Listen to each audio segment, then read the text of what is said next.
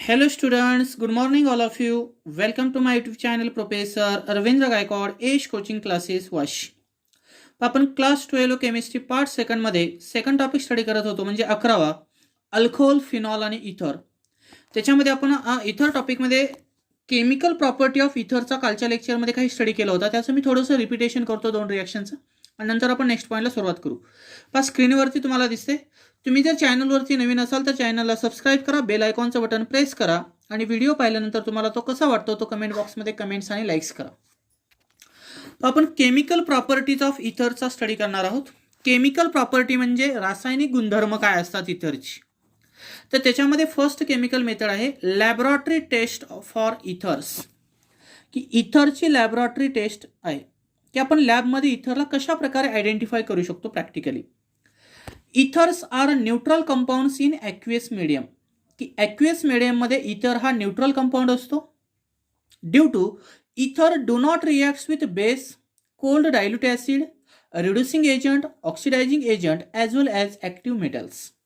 की ॲक्वियस मीडियममध्ये इथरचं नेचर हे न्यूट्रल असल्यामुळे तो एखाद्या बेससोबत रिॲक्ट होत नाही, एखाद्या कोल्ड डायल्यूट ॲसिडसोबत त्याची रिॲक्शन होत नाही, एखाद्या रिड्युसिंग किंवा ऑक्सिडायझिंग एजंटसोबत त्याची रिॲक्शन होत नाही किंवा ॲक्टिव्ह मेटलसोबत देखील त्याची रिॲक्शन होत नाही. But ether dissolved in cold concentrated H2SO4 due to formation of oxonium salt. पण तोच इथर कंपाऊंड कोल्ड कंडिशनला कॉन्सन्ट्रेटेड सल्फ्युरिक ॲसिडमध्ये डिझॉल्व्ह होतो आणि त्याच्यापासून ऑक्झोनियम साल्ट फॉर्मेशन होतात. खाली रिॲक्शन दिसते पहा. Ether plus concentrated H2SO4 in cold condition to gives oxonium salt. म्हणजे याच्यामधला जो H प्लस आहे तो ऑक्सिजनकडे जातो आणि एक साल्ट तयार होते. ह्या साल्टला म्हणायचं oxonium salt. And this property distinguish ethers from hydrocarbon.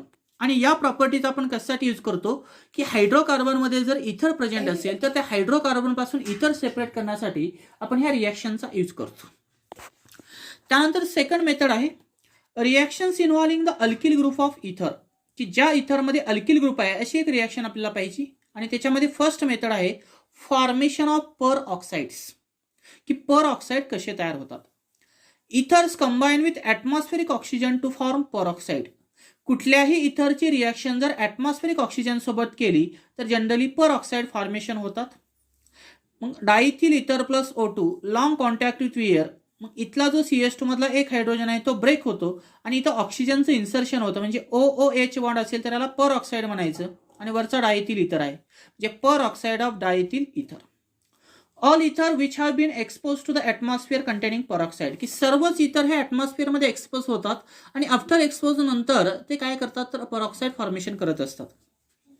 जसं की तुम्ही केसाला एक लाल कलरची किंवा काळ्या कलरची मेहंदी लावता त्याच्यामध्ये हायड्रोजन परऑक्साईड असतो पहा H2O2. तुम्ही जर मेहंदी लावताना जर पाहिलं खास मुलींसाठी तर त्याच्यामध्ये लिहिलेलं असतं H2O2 म्हणजे हायड्रोजन परऑक्साईड आणि तो हजार्डच असतो. पण तुम्ही लावता शो म्हणून लावता की आपले केस लाल किंवा काळे व्हायला पाहिजे. तर ते हजार्डच असतं पहा. डोळ्यावर त्याचा इफेक्ट होऊ शकतो 4 ते 5 वर्षानंतर. Due to like this way this peroxide formation with ether use as a long contact with air. अशा प्रकारचे जर आपल्याला परऑक्साईड तयार करायचे असेल तर इथरची रिॲक्शन जर आपण एअरसोबत केली तर त्याच्यापासून तुमचे वेगळ्या प्रकारचे परऑक्साईड फॉर्म होतात.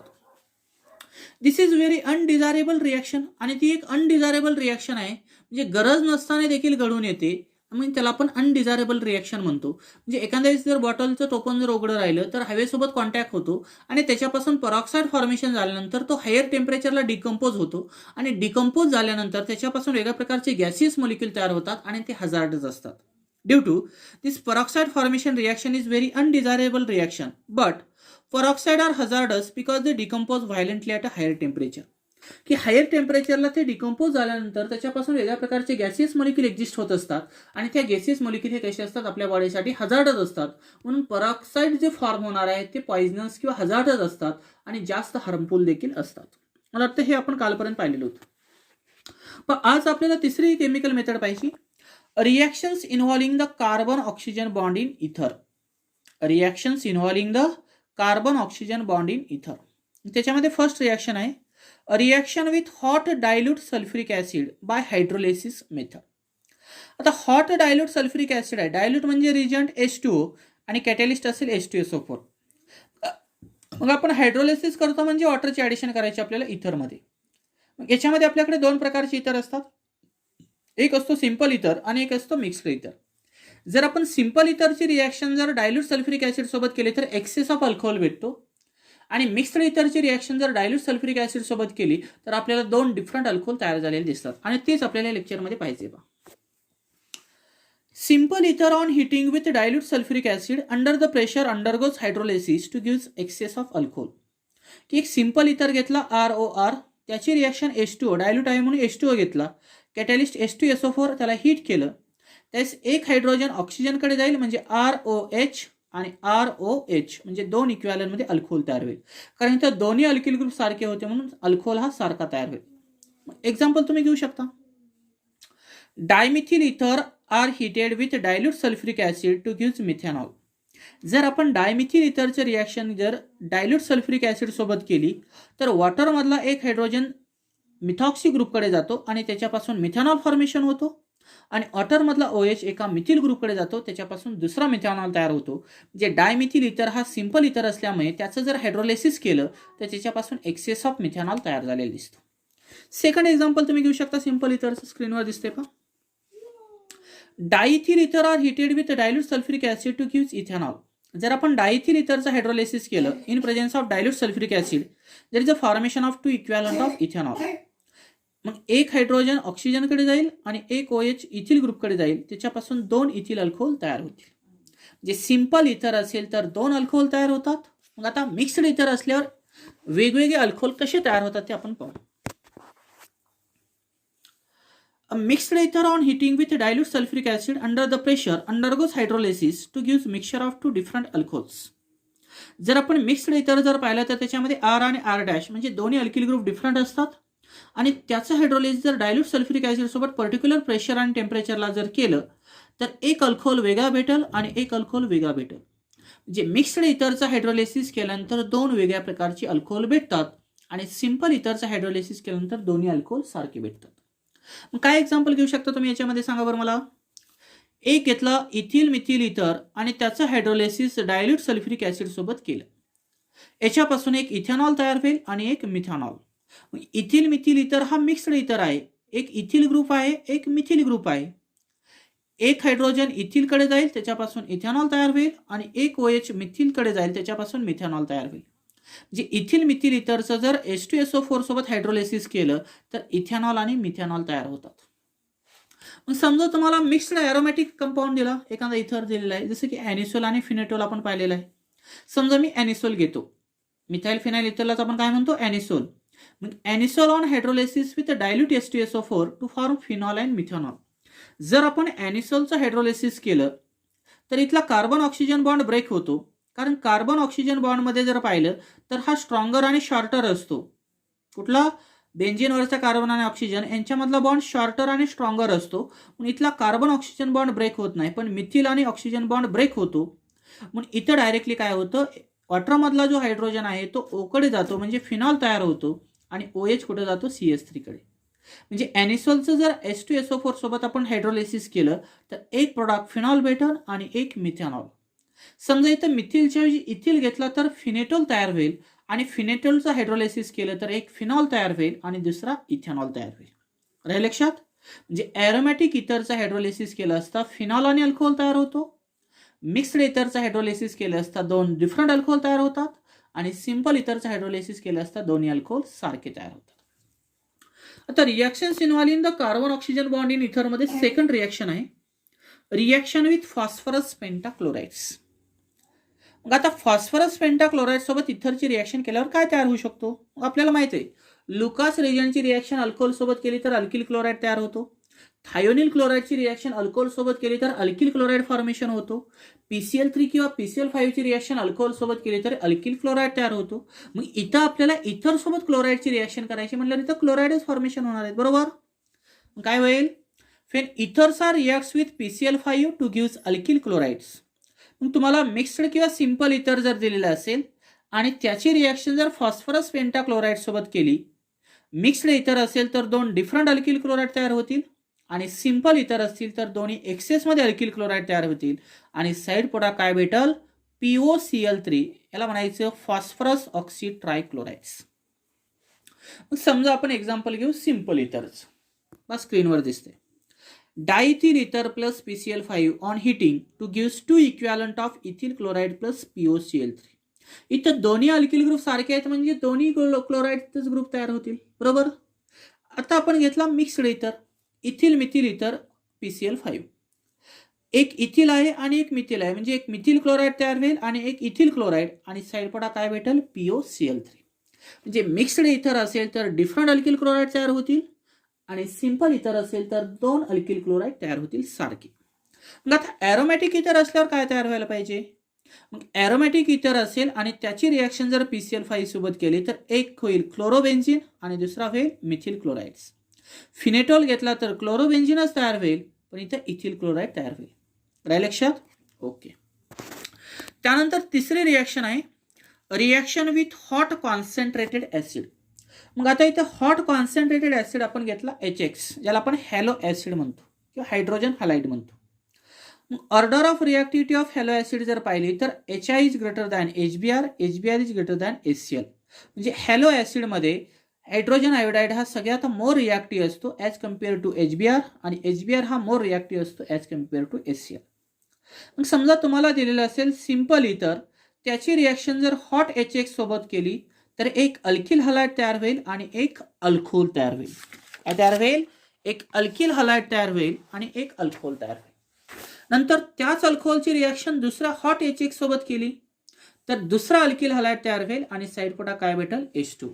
म्हणजे इथं काय होईल पहा, जर समजा तुम्हाला सिंपल इथर दिलेलं असेल आणि त्याची रिॲक्शन जर 2 इक्विव्हॅलंट ऑफ HX सोबत केली हॉट कंडिशनला तर दोन अल्किल हलाइड तयार होतील आणि साईड पुढे काय भेटेल H2. आता तीच रिॲक्शन तर मी लिहिलेली आहे पहा. Dimethyl ether are heated with hot hydrogen iodide to gives methyl iodides. जर डायमिथिल इथरची रिॲक्शन हॉट HI सोबत केली तर दोन इक्विव्हॅलंटमध्ये मिथिल आयोडाईड भेटेल डायरेक्ट प्रोडक्ट आणि साईड प्रोडक्ट काय भेटेल H2. डायइथिल इथरची रिॲक्शन जर 2 इक्विव्हॅलंट ऑफ HBr सोबत हॉट कंडिशनला केली तर दोन्ही अल्किल ग्रुप सारखे आहेत म्हणून इथं 2 इक्विव्हॅलंट ऑफ इथिल ब्रोमाइड भेटेल आणि साईड प्रोडक्ट काय भेटेल H2. आता समजा याच्याऐवजी तुम्हाला दिलेलं असेल मिक्स्ड इथर. मिक्स्ड इथर जर दिला तर काय तयार होतं पहा. मिक्स्ड इथरमध्ये दोन्ही आर ग्रुप वेगवेगळे असतात. त्याची रिॲक्शन जर HX सोबत केली हॉट कंडिशनला तर दोन डिफरंट अल्किल हलाइड तयार होतात. एक RX आणि R'(X) आणि साईड प्रोडक्ट काय भेटला H2. Means if mixed ether are reacts with HX there is a formation of different alkyl halide and if simple ether are reacts with HX there is a formation of excess of alkyl halides. म्हणजे simple असेल तर एक्सेसमध्ये alkyl halide तयार होतो आणि mixed इथर असेल तर different alkyl halide तयार होतात. मग आपण इथे एक्झाम्पल घेऊ. इथाइल मिथाइल इथर प्लस HBr. इथाइल मिथाइल इथर मध्ये दोन अल्किल ग्रुप्स आहेत, एक इथिल आहे आणि दुसरा मिथिल आहे पहा दिसतंय स्क्रीनवर. एक मिथिल ब्रोमाइड तयार होईल, एक इथिल ब्रोमाइड आणि साईड प्रोडक्ट भेटेल H2. नंतर इथिल मिथिल इथरची रिॲक्शन HI सोबत केली, एक भेटेल मिथिल आयोडाईड दुसरा भेटेल इथिल आयोडाईड आणि साईड प्रोडक्ट काय भेटेल H2. मग आता याच्यामध्ये तिसऱ्या कंडिशनचा क्वेश्चन दिलाय पहा तुम्हाला. What happens when aryl alkyl ether are treated with hot HI. जर आपण ॲरोमॅटिक इथरची रिॲक्शन जर हॉट हायड्रोजन आयोडाईड सोबत केली तर काय कंडिशन होऊ शकते. Aryl alkyl ether have stronger and shorter bond between the oxygen and the aromatic ring. की ॲरोमॅटिक रिंग मधल्या कार्बन आणि ऑक्सिजन मधला जो बॉन्ड आहे तो शॉर्ट असतो आणि स्ट्रॉंगर आहे म्हणून इथला कार्बन ऑक्सिजन बॉन्ड ब्रेक न होता मिथिल ऑक्सिजन बॉन्ड ब्रेक होतो. म्हणजेच काय होईल पहा. अरिल अल्किल इथर undergoes cleavage of oxygen alkyl bond and ills phenol and alkyl halide on reaction with HI. म्हणून इथं रिॲक्शन होत असताना ॲनिसोलची रिॲक्शन जर HI सोबत पर्टिक्युलर टेम्परेचरला केली आपण तर इथला बॉन्ड ब्रेक होतो, मिथिल आणि ऑक्सिजन आणि फिनॉल तयार होतो आणि साईड पडा काय भेटेल मिथिल आयोडाइड्स. त्यानंतर नेक्स्ट क्वेश्चन आहे पहा. What is the action of hot HI on isopropyl methyl इथर. की आयसोप्रोपिल मिथाइल इथरवर हॉट HI ची कंडिशन केली तर काय तयार होईल. व्हेन आयसोप्रोपिल मिथाइल इथर is treated with excess of hot HI, a mixture of isopropyl and methyl iodide is formed. समजा एक आयसोप्रोपिल ग्रुप आहे आणि एक मिथिल ग्रुप आहे. याची रिॲक्शन जर 2 इक्विव्हॅलंट ऑफ HI सोबत हॉट कंडिशनला जर केली तर एक भेटेल सेकंडरी प्रोपिल आयोडाईड आणि दुसरा भेटेल मिथिल आयोडाइड्स. ओके. आता आपल्याला तिसरी कंडिशन पाहिजे पहा. तुम्हाला त्याचं मेकॅनिझम दिलेलं आहे. Mechanism of reaction of HI with methoxy ethane, म्हणजे डायमिथिल इथर, सॉरी इथिल मिथिल इथरलाच आपण काय म्हणतो, मिथॉक्सी इथेन. याचं मेकॅनिझम दिले तुम्हाला. प्रोटोनेशन ऑफ इथर टू फॉर्म ऑक्झोनियम आयन, की इथिल मिथिल इथरवर जर HIचं प्रोटोनेशन केलं तर ऑक्झोनियम आयन तयार होतो आणि आय हा न्यूक्लियोफाईल बाजूला निघून जातो. सेकंड स्टेपमध्ये काय होतं, iodide is a good nucleophile, it attack the least substituted carbon of the oxonium ion formed in first step and displace alcohol molecule by SN2 mechanism. मग हा जो न्यूक्लियोफाईल I मायनस आहे तो या प्रोटोनेटेड म्हणजे ऑक्झोनियम आयनवर अटॅक करतो, लिस्ट सबस्टिट्यूटेड कार्बनवर, आणि इथला कार्बन ऑक्सिजन बॉन्ड ब्रेक होऊन मिथिल आयोडाइड आणि इथिल अल्कोहोल तयार होतो. म्हणजे जर आपण एखाद्या हॅलो ॲसिडची रिॲक्शन जर डायमिथिल इथर सोबत सिंगल इक्विव्हॅलंटमध्ये केली तर एक अल्कोहोल भेटतो आणि एक अल्किल हलाइड. ज्यावेळेस अल्किल हलाइड फॉर्मेशन होतो त्यावेळेस अटॅक हा लिस्ट सबस्टिट्यूटेड कार्बनवर होतो आणि मोर सबस्टिट्यूटेड कार्बन हा अल्कोहोल तयार होतो. ओके. आणि शेवटची कंडिशन आहे पहा, what is the action of hot HI on tertiary butyl methyl ether. जर एक टर्शरी ग्रुप असेल आणि एक प्रायमरी ग्रुप असेल आणि त्याच्यावर हॉट HIची रिॲक्शन केली तर काय तयार होऊ शकतो. दिलेल्या इथरमध्ये एक टर्शरी ब्युटिल ग्रुप असेल तर हलाइड फॉर्मेशन होतो आणि प्रायमरी ग्रुप असेल तर अल्कोहोल फॉर्मेशन होतो. मग तेच इथं लिहायचे आपल्याला. When tertiary butyl methyl ether are treated with hot HI to give tertiary butyl iodide plus methanol. इथं देखील SN1 टाईप रिॲक्शन होते आणि फर्स्ट स्टेजला काय तयार होतो, अल्कोहोल तयार न होता इथं टर्शरी ब्युटिल आयोडाइड फॉर्म होतो आणि जो प्रायमरी अल्किल ग्रुप आहे त्याच्यापासून अल्कोहोल तयार होतो. तर ही एक एक्सेप्शनल रिॲक्शन आहे. जर दिलेल्या इथरमध्ये टर्शरी ग्रुप असेल तर हलाइड फॉर्मेशन करायचं आणि त्याच्यासोबत प्रायमरी ग्रुप असेल तर अल्कोहोल फॉर्मेशन करायचं. त्यावेळेस HI किती इक्वॅलंटमध्ये घ्यायचा, 1.